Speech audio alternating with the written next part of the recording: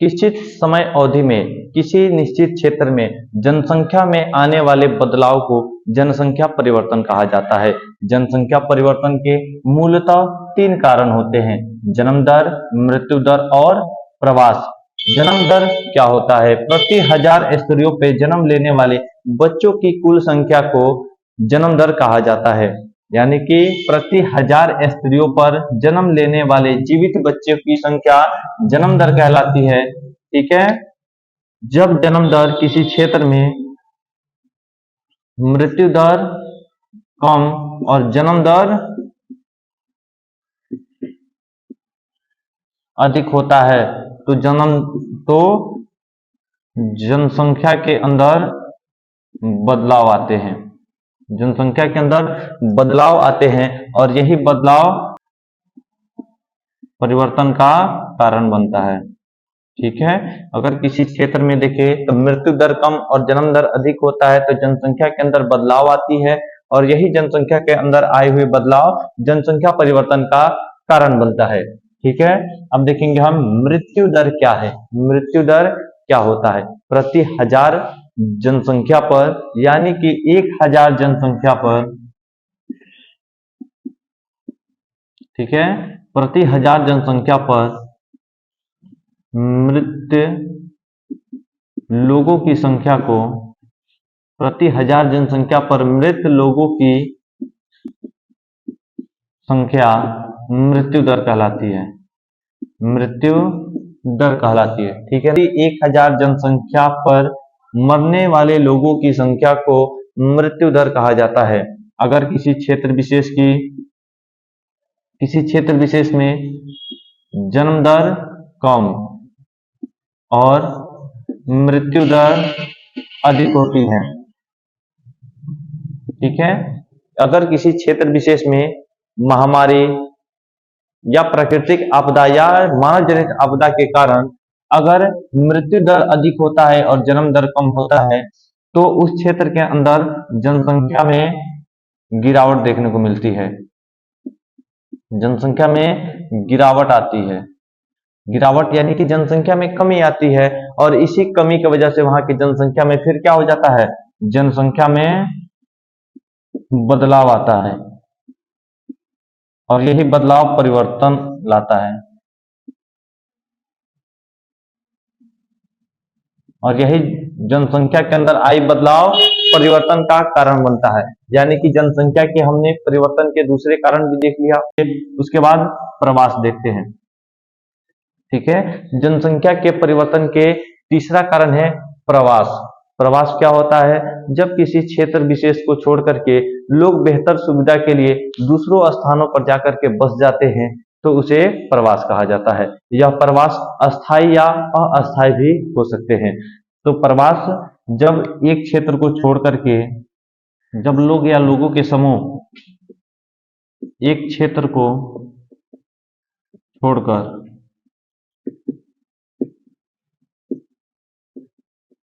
दूसरे नगर या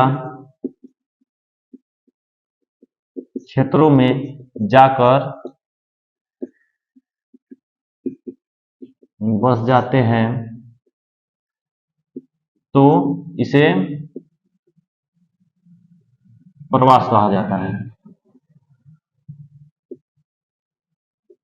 जब लोग या लोगों का समूह एक क्षेत्र को छोड़ करके दूसरे नगरों या क्षेत्रों में जाकर के बस जाते हैं तो यह प्रक्रिया प्रवास कहलाती है। ठीक है। प्रवास के 2 कारण होते हैं। ठीक है। हम देखेंगे प्रवास के 2 कारण कौन कौन से हैं, एक बार और समझते हैं। जनसंख्या परिवर्तन के 3 कारण होता है: जन्म दर, मृत्यु दर और प्रवास। प्रति 1000 स्त्रियों पे जन्म लेने वाले बच्चों की संख्या को जन्म दर कहा जाता है। जब किसी क्षेत्र में मृत्यु दर कम और जन्म दर अधिक हो जाता है तब वहां के जनसंख्या में बदलाव देखने को मिलता है कुछ समय अंतराल के अंतर्गत और यही बदलाव जनसंख्या परिवर्तन का कारण होता है। ठीक है। फिर देखते हैं मृत्यु दर। प्रति 1000 जनसंख्या पे मरने वाले व्यक्तियों के संख्या को मृत्यु दर कहा जाता है। ठीक है। जन्म दर, अगर किसी क्षेत्र में जन्म दर कम और मृत्यु दर अधिक हो जाती है तो वहां की जनसंख्या में धीरे धीरे गिरावट आने शुरू हो जाते हैं और एक समय अंतराल के पश्चात वहां पे हमें जनसंख्या के अंदर भारी गिरावट देखने को मिलती है, जिससे जनसंख्या के अंदर परिवर्तन आता है। फिर देखते हैं प्रवास। प्रवास जब किसी एक क्षेत्र को छोड़ करके लोग दूसरे इलाकों में जाकर के बस जाते हैं तो इस प्रक्रिया को कहा जाता है प्रवास। ठीक है, अब हम प्रवास के कारण देखेंगे। जब लोग या लोगों के समूह एक स्थान को छोड़ करके दूसरे स्थानों में जाकर के बस जाते हैं तो उसे हम प्रवास कहते हैं। प्रवास के कारण की बात करें तो प्रवास के मुख्यतः दो कारण होता है, अपकर्ष कारक और दूसरा होता है प्रतिकर्ष कारक।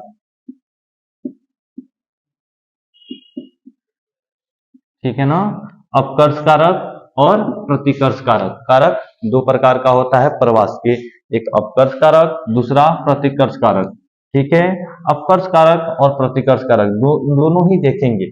अप का मतलब आकर्षित करने, ठीक है ना, अगर इसको देखा जाए तो आकर्षित, आकर्षित करना। ठीक है, और प्रतिकर्ष मतलब परेशान करना। ठीक है ना,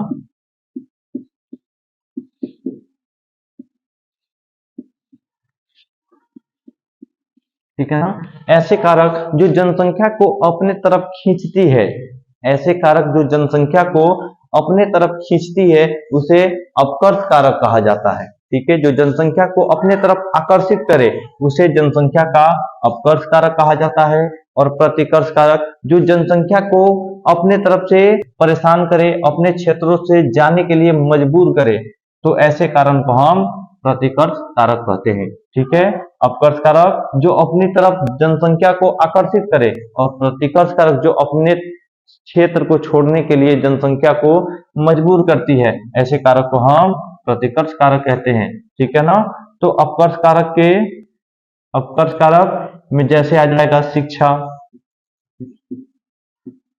ठीक है ना, स्वास्थ्य, ठीक है, परिवहन के साधन,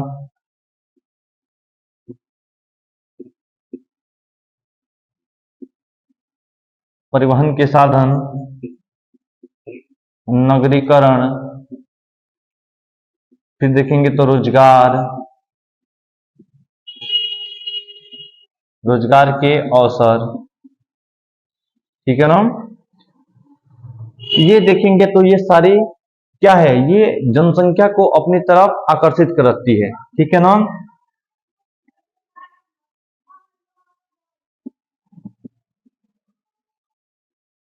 सांस्कृतिक नगर,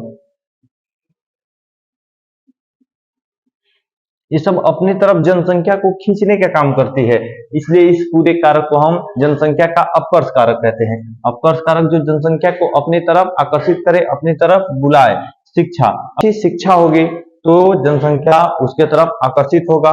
स्वास्थ्य सुविधाओं के जहाँ पे बहुत अच्छी सुविधाएं होती हैं उन क्षेत्रों में लोग अधिक रहना पसंद करते हैं, या वह क्षेत्र अधिक ज्यादा सघन जनसंख्या घनत्व वाला होता है। फिर परिवहन के साधन, जहां से अलग अलग क्षेत्रों के लिए हमें आने जाने की सुविधाएं आसानी से उपलब्ध हो जाती है। नगरीकरण यानी कि शहरी चहक चाम को देख करके लोग ग्रामीण क्षेत्रों को छोड़ करके नगरों की तरफ आकर के बसना अधिक पसंद करते हैं।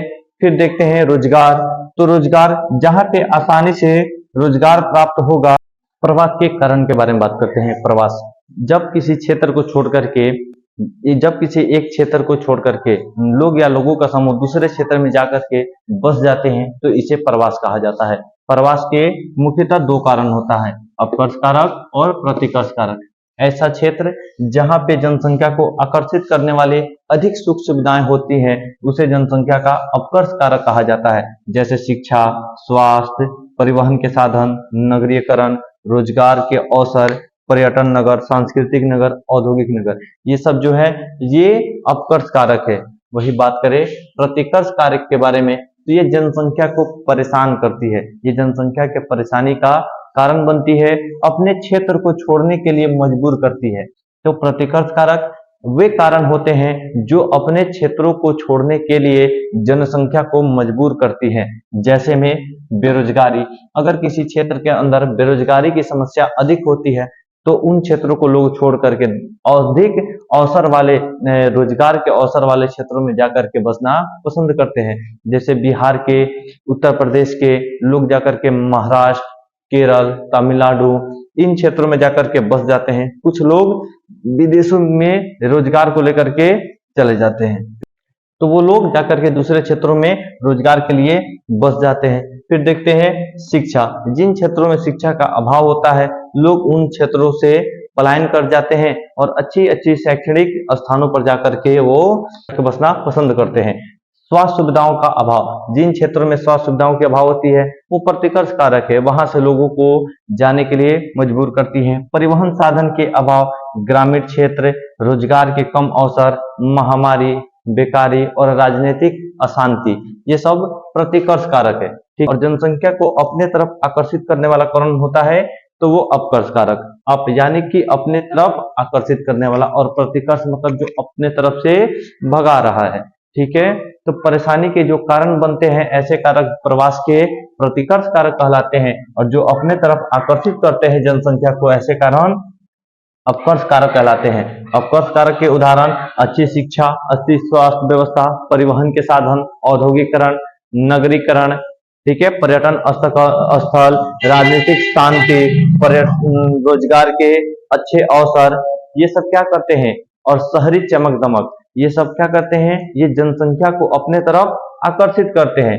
वही प्रतिकर्ष कारक की बात करें तो ये प्रतिकर्ष कारक जनसंख्या को अपने तरफ से हटाने का काम करती है, जनसंख्या को परेशान करने का काम करता है। जैसे बेरोजगारी, शिक्षा का अभाव, महामारी, राजनीतिक अशांति, ठीक है, परिवहन के कम साधन, शैक्षणिक सुविधाओं के अभाव, ग्रामीण एवं दूरस्थ क्षेत्र, अधिक पहाड़ी या ऊंचावच वाले क्षेत्र, ये सब जनसंख्या को काफी ज्यादा परेशान करते हैं और जनसंख्या को अपने तरफ से जाने के लिए मजबूर करते हैं। ठीक है, तो ये रहा पूरा जनसंख्या के प्रवास और उसके कारण। ठीक है, प्रतिकर्ष कारक और अपकर्ष कारक, ये दो प्रवास के कारण है।